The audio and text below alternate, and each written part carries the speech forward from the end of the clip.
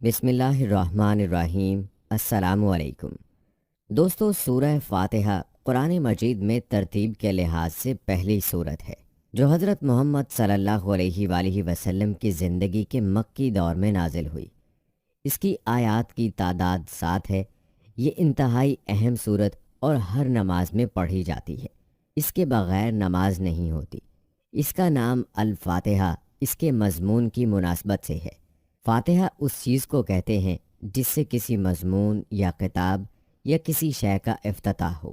دوسرے الفاظ میں یوں سمجھیے کہ یہ نام دباچہ اور آغاز کلام کا ہم معنی ہے۔ اسے ام الکتاب اور ام القرآن بھی کہا جاتا ہے۔ سورہ فاتحہ کے شان نزول کے بارے میں سیدنا عبداللہ بن عباس رضی اللہ تعالی عنہ بیان کرتے ہیں، ایک دن جبرائیل علیہ السلام رسول اللہ صلی اللہ علیہ وآلہ وسلم کے پاس بیٹھے ہوئے تھے۔ انہوں نے اپنے اوپر کی طرف سے بڑے زور سے دروازہ کھلنے کی آواز سنی۔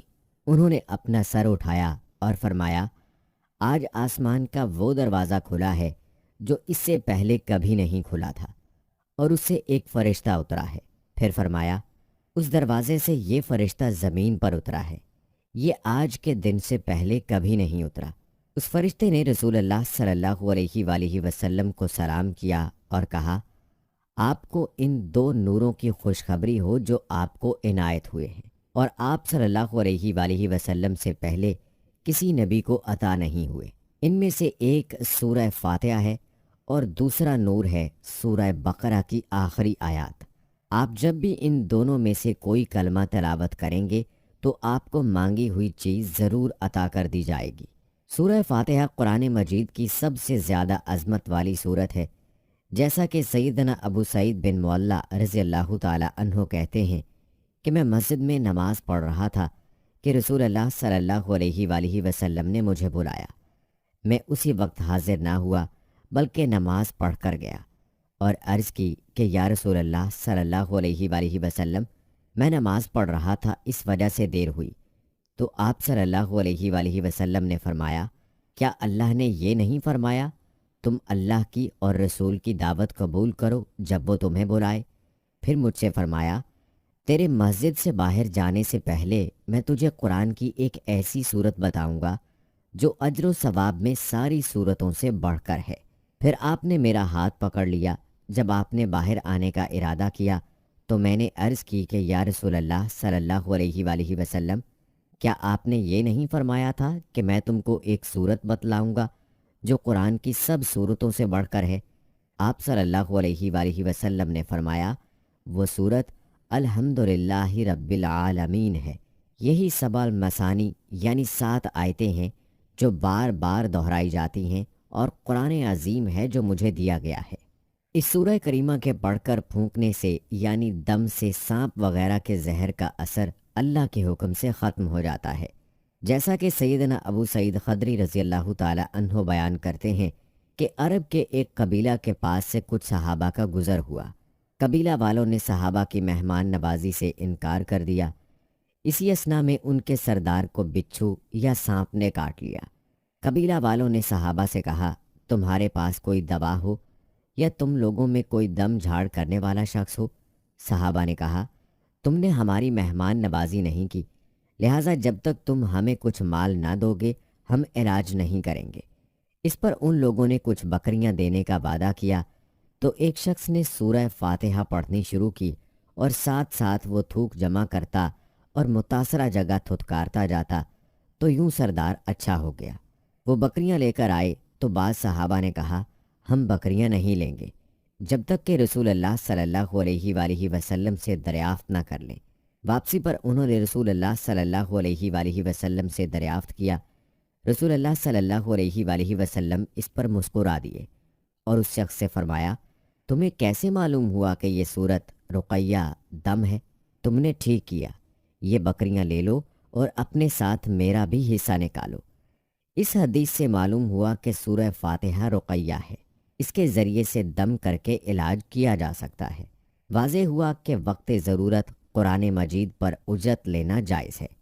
صحابہ کرام رضوان اللہ اجمعین نے اجرت کا مطالبہ اس لیے کیا تھا کہ اہل بستی نے ان کی مہمانی سے انکار کر دیا تھا، لہٰذا جائز دم کرنا اس کی اجرت لینا جائز ہے، لیکن اسے ایک مستقل پیشہ بنا لینا ثابت نہیں۔ پھر محمل الفاظ سے تعویذ لکھنا، انہیں پانی میں گھول کر پلانا، گلے میں لٹکانا یا کسی دوسری جگہ باندھنا، تو ایسے کام شرعاً ناجائز ہیں۔ تورات و انجیل اور قرآن مجید میں سورہ فاتحہ کی مثل کوئی صورت نہیں۔ جیسا کہ سیدنا ابو ہریرہ رضی اللہ تعالی عنہ روایت کرتے ہیں کہ رسول اللہ صلی اللہ علیہ وآلہ وسلم نے ابی بن قعب رضی اللہ تعالی عنہ سے فرمایا، کیا تم اس بات کو پسند کرتے ہو کہ میں تمہیں ایک ایسی صورت سکھاؤں کہ اس جیسی صورت نہ تورات میں نازل ہوئی، نہ زبور میں، نہ انجیل میں اور نہ قرآن میں؟ ابی بن قعب رضی اللہ تعالی عنہ نے عرض کیا، ہاں اے اللہ کے رسول اللہ صلی اللہ علیہ وآلہ وسلم نے فرمایا، میں امید کرتا ہوں کہ تم اس دروازے سے نہ نکلنے پاؤ گے کہ وہ تمہیں سکھا دی جائے گی۔ سیدنا ابی رضی اللہ تعالی عنہ کہتے ہیں، پھر رسول اللہ صلی اللہ علیہ وآلہ وسلم نے میرا ہاتھ پکڑا اور مجھ سے بات کرنے لگے۔ میں آہستہ آہستہ چل رہا تھا، اس ڈر سے کہ کہیں رسول اللہ صلی اللہ علیہ وآلہ وسلم بات ختم کرنے سے پہلے دروازے پر نہ پہنچ جائیں۔ جب ہم دروازے کے قریب پہنچے تو میں نے عرض کیا، اے اللہ کے رسول صلی اللہ علیہ وآلہ وسلم، وہ کون سی صورت ہے جس کے بتانے کا آپ نے مجھ سے وعدہ فرمایا تھا؟ رسول اللہ صلی اللہ علیہ وآلہ وسلم نے فرمایا، تم نماز میں کیا پڑھتے ہو؟ سیدنا ابی رضی اللہ تعالی عنہ کہتے ہیں، میں نے سورہ الفاتحہ پڑھ کر سنائی۔